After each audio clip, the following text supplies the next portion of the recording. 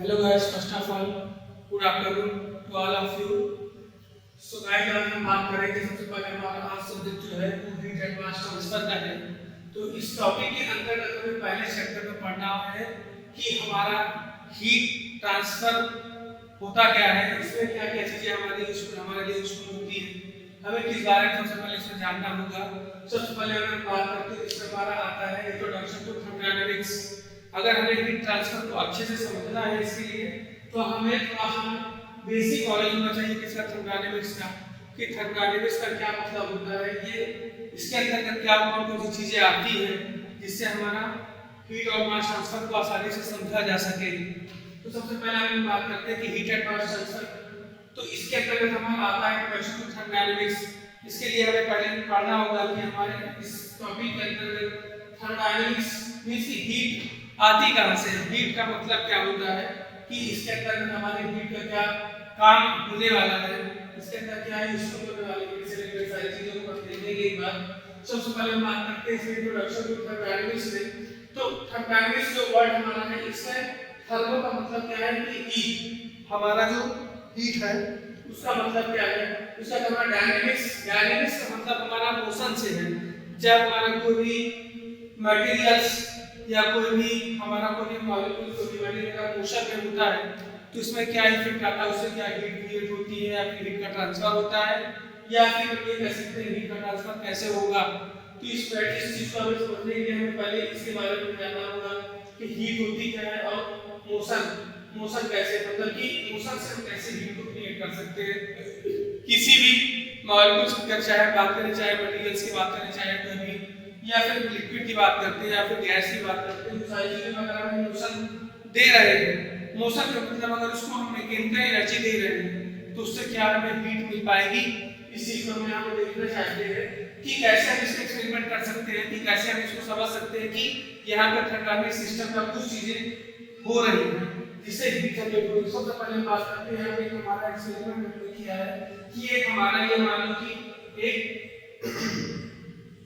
हमारा टैंक है, इस टैंक में हमारे वाटर भरा हुआ है, इस टैंक में हमने वाटर ले लिया है। वाटर को हमने क्या किया, एक हमारा एक अरेंजमेंट हमने किया है जिसमें कि एक पीछे बेंच लगे हुए हैं, बेंच, और उसके बाद हमने उसमें एक रॉड लगा दी है और उसके बाद यहाँ पे पुले यूज उसमें एक प्लेट लगा दिया। ये हमारा क्या है, ये हमारा एक प्लेट है, प्लेट मतलब कुछ भी है एनर्जी, और यहाँ पे हमारी क्या है पुली लगी हुई है। अब इसमें हमें देखना ये है कि हमें कैसे पता करना है कि यहाँ पे हीट हमारी हीट मिल रही है, मींस कि अगर किसी भी चीज में अगर हीट है तो मींस कि उसमें एनर्जी मिल रही है। तो यहाँ पे हम देखना ये चाहते हैं हमें एनर्जी मिलेगी कैसे। तो सबसे पहले हमने एक्सपेरिमेंट किया कि हमारा एक मान लो कि एक हमारी टैंक है, इस टैंक में हमने वाटर ले लिया है। अब जैसे हमने दिया कि मींस कि हमने वेल्स लगा के वेल्स को हमने ग्राफ कनेक्ट किया, हुआ फिर आगे पुल लगा दिया है, पुली से हमने डोरी में कनेक्ट किया, हमारा वेट लिफ्ट हमने बांध दिया है, जिसको अब क्या करते हैं मूव कराएंगे। जैसे कि हमने इसको खींचा, पुल किया, तो हमने पुल किया मींस कि इसको हमने फोर्स लगाया, फोर्स लगाया तो हमने जितना पुल किया तो उतना नीचे आएगा, मींस कि उसमें कुछ ना कुछ इस पे डिस्टेंस कवर करेगा। हमने क्या किया, डिस्टेंस कवर किया। फिर हमने क्या किया, जैसे हमने इसको मूव किया, बार-बार इसको मूव कर रहे हैं, छोड़ रहे हैं, मूव कर रहे हैं, छोड़ रहे हैं, मूव कर रहे हैं, छोड़ रहे हैं, तो यहाँ पे क्या होगा, इससे हमारा सर्कुलेशन आ जाएगा, इस वाटर में क्या होगा, सर्कुलेशन होगा। जब सर्कुलेशन होते हैं हमने थर्मामीटर लगा रखा है, थर्मामीटर क्या काम करेगा, इस वाटर के टेंपरेचर को मेजर करेगा, इस वाटर के टेंपरेचर को मेजर करेगा। मींस कि हम पता चलेगा कि पहले अगर जो वाटर था वो उसका टेंपरेचर कम था, जब हमने उस पे ये प्रोसेस ये मैकेनिज्म अप्लाई किया तो हमारा देखिए कि वाटर क्या होगा, हीट हो जाएगा, उसमें हीट क्रिएट हो जाएगी। इसी वाटर को उसका टेंपरेचर पहले से ज्यादा हो जाएगा, जब उसका टेंपरेचर पहले से ज्यादा होगा तो हमने उसको क्या किया, थर्मामीटर के थ्रू हमने उसको मेजर कर लिया। अब हमें पता चल रहा है कि इस मैकेनिज्म के थ्रू हमें ये चीज मिला, मींस हमें पता चल रहा है कि अगर हम किसी भी मटेरियल्स को मैकेनिकल एनर्जी देंगे तो उससे हमें हीट एनर्जी मिलेगी। ये चीज क्लियर हो रही है कि हीट कहां से आ रही है। अगर हम किसी भी मटेरियल से अगर मैकेनिकल एनर्जी दे रहे हैं, किसी भी चीज में पानी है, लिक्विड है, गैस है, स्टीम है, वेपर्स है, ये सारी चीजों में अगर हम देते हैं कि मैकेनिकल एनर्जी दे रहे हैं तो समझ में आता है कि उसमें हीट एनर्जी क्रिएट हो रही है, हीट एनर्जी डेवलप हो रही है।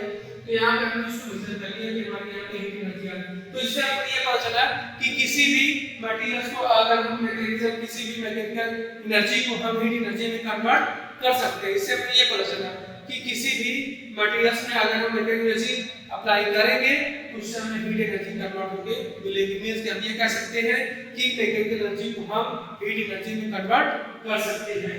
दूसरा चीज बड़ी से एग्जांपल हमने दिया, यहाँ पे हमने क्या किया, मैकेनिकल से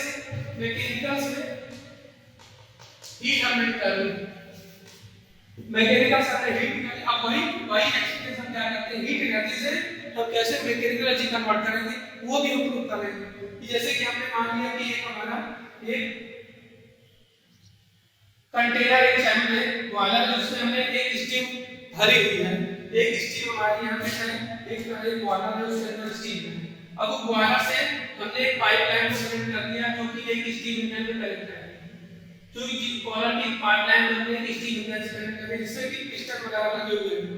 अब जैसे यहाँ से हमने क्या किया, इस स्टीम एक्चुअली जो है वो हीट है, जब हीट है तो हाई प्रेशर टेंपरेचर से यहाँ पे जा रही है कहाँ पे, हमारे स्टीम इंजन के पिस्टन के पास।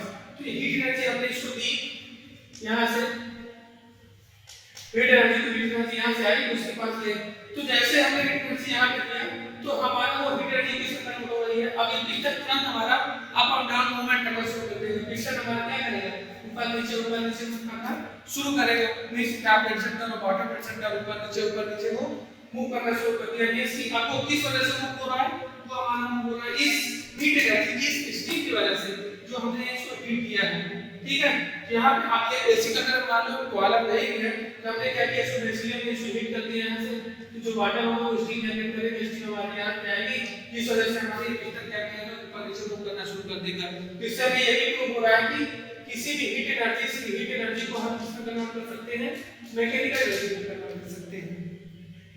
तो अगर कोई पूछता है कि हमारा जो व्हाट इज द थर्मोडायनेमिक्स होता क्या है, हम यही कह सकते हैं कि थर्मोडायनेमिक्स एक ऐसा प्रोसेस होता है जिसमें कि किसी भी हीट एनर्जी को हम मैकेनिकल एनर्जी में कन्वर्ट कर सकते हैं, किसी भी मैकेनिकल एनर्जी को हीट एनर्जी में कन्वर्ट कर सकते हैं। अब इसके अलावा हमें पता चला कि जब ये प्रोसेस हम करते हैं, ये सिस्टम जब हम अप्लाई करते हैं जिससे हम हीट एनर्जी को मैकेनिकल एनर्जी में कन्वर्ट हो तो रहा है, कन्वर्ट तो हो रहा है दोनों तरफ, चाहे मैकेनिकल का चाहे हीट में, हीट का चाहे मैकेनिकल में। लेकिन इसके दौरान हमें पता चला कि इसमें लॉसेस बहुत ज्यादा हो रहे हैं, हमें ये पता चला कि इसमें लॉसेस ज्यादा हो रहे हैं। तो उस लॉसेस को हम कैसे बचा सकते हैं, ये भी हमें सोचना है। इसके बारे में हमें कैसे हम ले सकते हैं कि हम कैसे इस लॉसेस से बच सकते हैं कि हमारे ज्यादा से ज्यादा हमें प्रॉफिट हो, ज्यादा ज्यादा एनर्जी हमें गेन कर सके। ठीक है, तो उसको हम कैसे कर सकते हैं, हमने दिमाग में आइडिया आया कि भाई हमारे पास कई सारे लोग इंजीनियर हैं जो कि अच्छी से अच्छी टेक्निक को इस्तेमाल कर सकते हैं। कभी भी किसी भी जगह कोई चीजें जो हमें आवश्यकता पड़ती है उसको मैनेजमेंट करके उसको अप्लाई करते हैं। यहाँ पे हमने देखा कि एक हमने मान लो कि उसमें कंटेनर लिया है जिसमें कि हमने क्या किया, ये पानी भरा हुआ है, इस कंटेनर में हमने पानी भरा हुआ है, और पानी को हमने क्या किया, नीचे से हीट दे रहे हैं, यहाँ से उसको हम यहाँ से हीट दे रहे हैं। तो पानी हमारा क्या हो रहा है, बॉयल हो रहा है, पानी बॉयल हो रहा है मींस कि हीट हो रहा है। पानी जब हीट हो तो हमें पता चला कि भाई इतना सिस्टम हीट होने के बाद हमने यहाँ पे क्या किया, एक एलिमेंट किया जिसमें हमें खाना पकाना है। मान लो कि हमने इसमें खाना पकाना है, यहाँ पे हमने सिस्टम देते हैं, यहाँ पे हमने हीट दिया।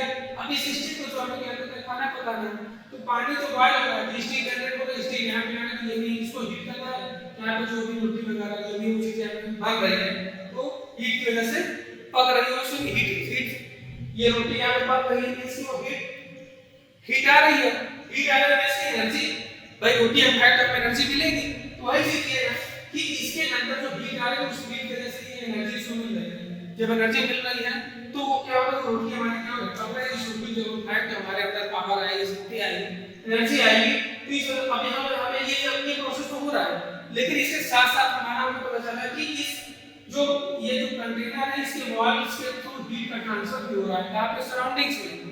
पर इस वॉल्स की अभी हम आगे बताएंगे, इस वॉल्स की बाउंड्री जो है, इस बाउंड्री के बाहर से हीट का ट्रांसफर भी हो रहा है सराउंडिंग्स में। हीट कुछ लॉस होगा नहीं, हमें पता चला कि इसमें हीट का लॉस हो रहा है, भाई जो पूरी एनर्जी इसको मिलनी चाहिए, हीट इसको मिलनी चाहिए, वो पूरी हीट इसको न मिल पा रही, पहले इस रोटी को पकने में हमें लगना चाहिए 5 मिनट, लग रहा है 25 मिनट, 10 मिनट, 15 मिनट लग रहा है। तो क्यों? इससे हमें बचने के लिए हम, क्योंकि ये एनर्जी जो लॉस हो रही है, ये हीट, इसको अगर हम यहाँ पे गेन करेंगे तो जो 10 मिनट लग रहा है रोटी पकने को 5 मिनट लगेंगे, क्योंकि हमें सफिशिएंट एनर्जी जो 100% एनर्जी हमें मिल रही है उसको हम पूरी तरीके से सोच कर रहे हैं कि अब्जॉर्ब करने के लिए सोच रहे हैं। तो हमें इससे बचना है कि जो बाहर हमारी हीट एनर्जी निकल रही है इससे हमें बचना है।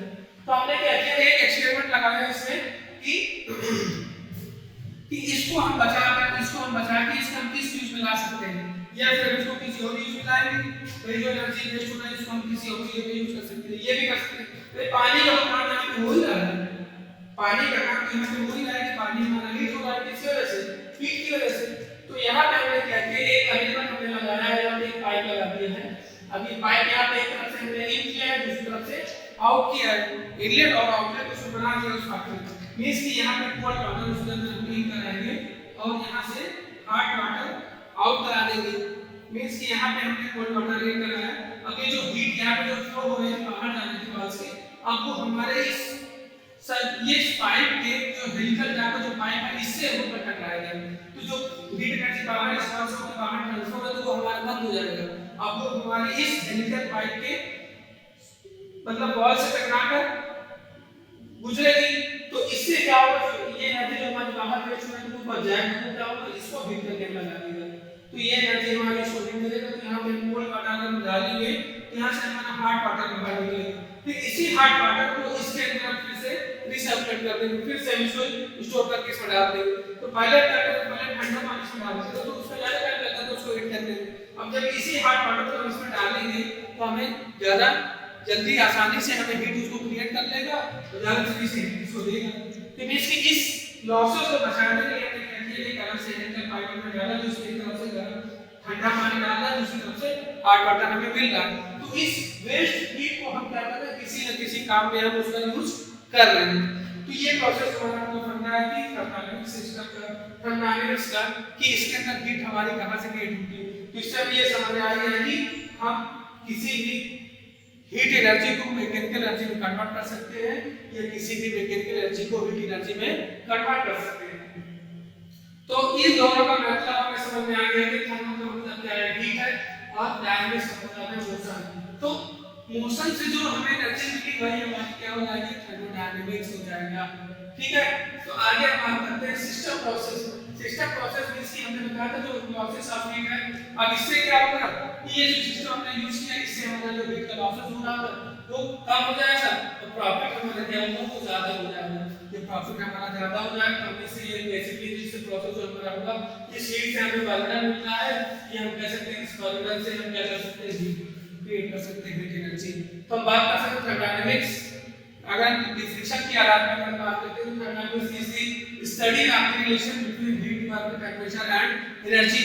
तो थर्मोडायनामिक्स एक प्रकार का एक स्टडी है, इस चीज का एक रिलेशन है जिनके बीच हमें स्टडी करना है। वो कौन से रिलेशन है हमने बताया सबसे पहले, हीट का एनर्जी, टेंपरेचर और हमारा प्रेशर। प्रेशर भी अगर देखें तो हीट एनर्जी और हीट हो गया, ये हमारा हीट हो गया, ये बर्नर हो गया, एनर्जी जो कि हीट है, हीट के रूप में हमें एनर्जी मिल रही है। थर्मल टेंपरेचर का भी हम इसके अंदर रिलेशन देखेंगे, जिस वजह से हम इसको समझ सकते हैं। तो हमने बताया कि at energy the law of describe how the energy in this system can perform useful its surroundings. कैसे हम उसको क्या करेंगे, परफॉर्म करेंगे जिससे हम उसके सराउंडिंग्स में उसका यूज में ला सकें उस एनर्जी का। तो हमने बताया कि यहाँ पे सारी चीजें हैं जिससे हम उसका जो सराउंडिंग्स में एनर्जी जो वेस्ट हो रही है उसको हम क्या कैसे हम यूज कर सकते हैं, उसका यूज कर सकते हैं आगे। तो अगर हम सबसे पहले गाइड से बात कर सकते हैं आगे कि हमारा थर्मोडायनामिक सिस्टम होता है जिससे कि ये एक हमारा थर्मोडायनामिक सिस्टम ये है कि जैसे कि सिस्टम हमारा जो काम करता है थर्मोडायनामिक्स में मटेरियल से पदार्थ होता है जिसके अंदर स्टीम भी हो सकती है, गैस भी हो सकती है, कोई लिक्विड भी हो सकता है। तो जैसे कि हमने बताया कि सिस्टम हमारा क्या होता है, सिस्टम हमारा एक ऐसा मटेरियल जिसके अंदर किसी भी मटेरियल को हम उसमें वर्क कर सकते हैं, उसको हम हीट कर सकते हैं। मान लो कि हमारा सिस्टम है, इसके अंदर हमने कोई गैस डाल दिया या लिक्विड डाल दिया, अब उस लिक्विड को हम हीट दे रहे हैं तो हमारा ये जो सिस्टम है पूरा हीट हो जाएगा। अब ये सिस्टम जो बाउंड्री है ये भी क्या होगी, ये भी हीट हो जाएगी। अब कुछ समय पता चला कि हीट के ट्रांसफर बाहर भी होने लगा सराउंडिंग्स में, हीट एनर्जी बाहर निकलने लगी। भाई वो कहां से, हमने क्या किया, अब वो बाहर क्यों निकल रही है, भाई बाहर क्यों निकल रहा है वो, इसमें हमने देखा कि सिस्टम के अंदर जो मॉलिक्यूल्स थे, जो मटेरियल्स थे, कई सारे मॉलिक्यूल छोटे छोटे एटम से मिलकर बना हुआ। भाई अगर गैस ले लें या फिर कोई भी लिक्विड ले लेते हैं या फिर वेपर्स ले लेते हैं, कुछ भी ले लें, तो इसके अंदर जो छोटे छोटे एटम से मिलकर बने हुए हैं। तो हमने देखा कि जैसे हमने इसको हीट दिया तो पहला मॉलिक्यूल हमारा क्या हुआ, हीट होने लगा, हीट होने लगा।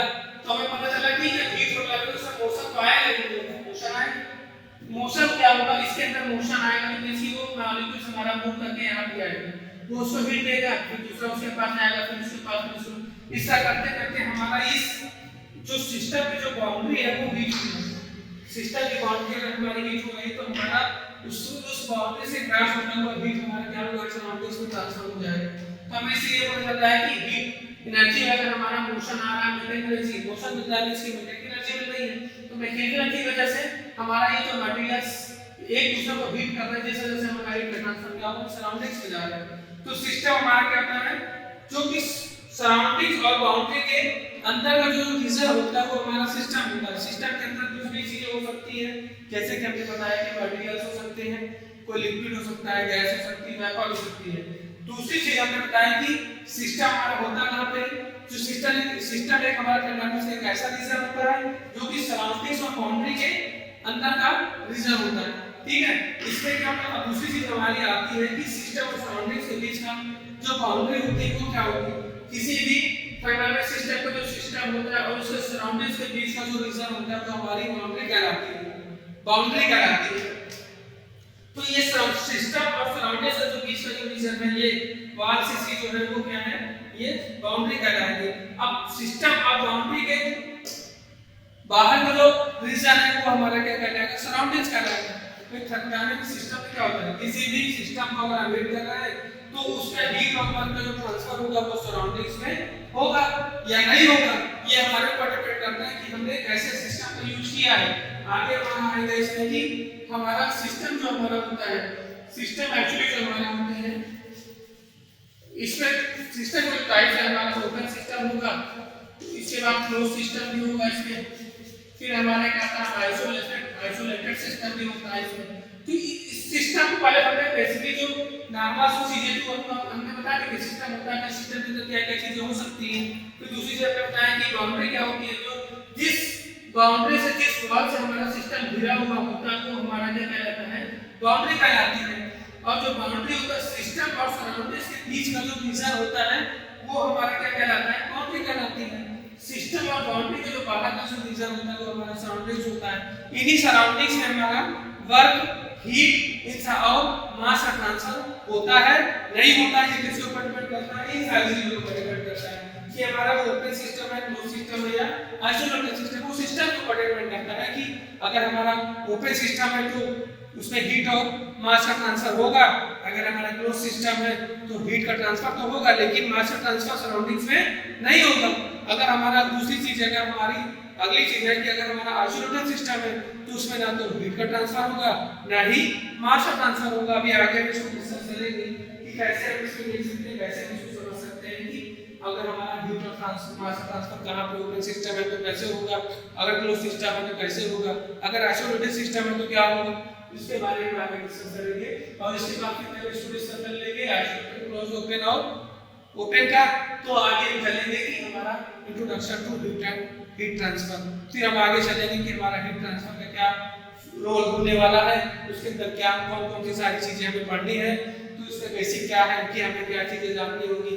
तो इसमें स्लाइड हमने पहले हमने समझ लिया कि हीट का ट्रांसफर कहां से, हीट कैसे हम क्रिएट कर सकते हैं, हीट हमारी कैसे बनती है, तो ये सारी चीजें हमने बता दी हैं, ठीक है। तो आगे जब हम चले तो शुरू करेंगे हमारा ये सिस्टम, टाइप्स ऑफ सिस्टम कौन से होते हैं, ओपन सिस्टम, क्लोज सिस्टम और आइसोलेटेड सिस्टम। फिर इस सारी चीजों को हम समझने के बाद फिर हम आगे सीधा चलेंगे भाई हमें थर्मोडायनामिक्स से पढ़ना, हमें पढ़ना क्या है, हीट एंड मास ट्रांसफर। तो जो चीजें हमें आवश्यक थी वो हमने बता दी कि कैसे हमें इन सारी चीजों को समझना है, फिर आगे हम कैसे इन सारी चीजों से हम हीट को ट्रांसफर कर सकते हैं, हीट का ट्रांसफर हम कर सकते हैं, ठीक है।